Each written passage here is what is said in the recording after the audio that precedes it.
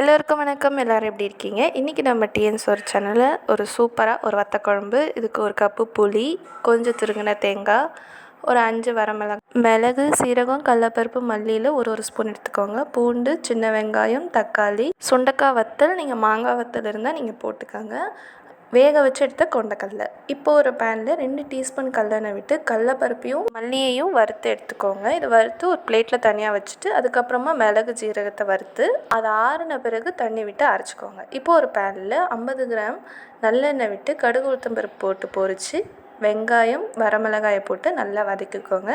இது ஒரு ஆஃப் ஸ்டேஜில் வரும்போது ஒரு கைப்பிடி இருக்கிற பூண்டையும் எடுத்து போட்டு ஒரு கைப்பிடி கருவேப்பிலையும் போட்டு நல்லா வதக்கிக்கோங்க. இது வதக்கி தனியாக ஒரு பிளேட்டில் இதை எடுத்து வச்சுட்டு அதே பேனில் நம்ம கரைச்சி வச்சுருக்கிற புளி, தக்காளி இது ரெண்டையும் ஆட் பண்ணி 1.5 டீஸ்பூன் மிளகாத்தூள், 1.5 டீஸ்பூன் மல்லித்தூள், தேவையான அளவு உப்பு ஆட் பண்ணிக்கோங்க.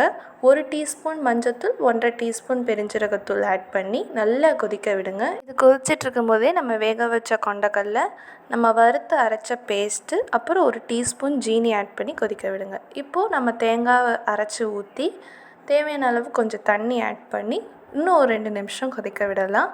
இதுக்கப்புறமா நம்ம வதக்கி வச்ச வெங்காயம், பூண்டு, கருவேப்பிலை, வரமிளகாய் எடுத்து அதில் மிக்ஸ் பண்ணி பெருங்காயம், கொஞ்சம் தண்ணி இதை ஆட் பண்ணி நல்லா கொதிக்க விட்டு இறக்கணுன்னா வத்தக்குழம்பு ரெடி ஆகிடுச்சு.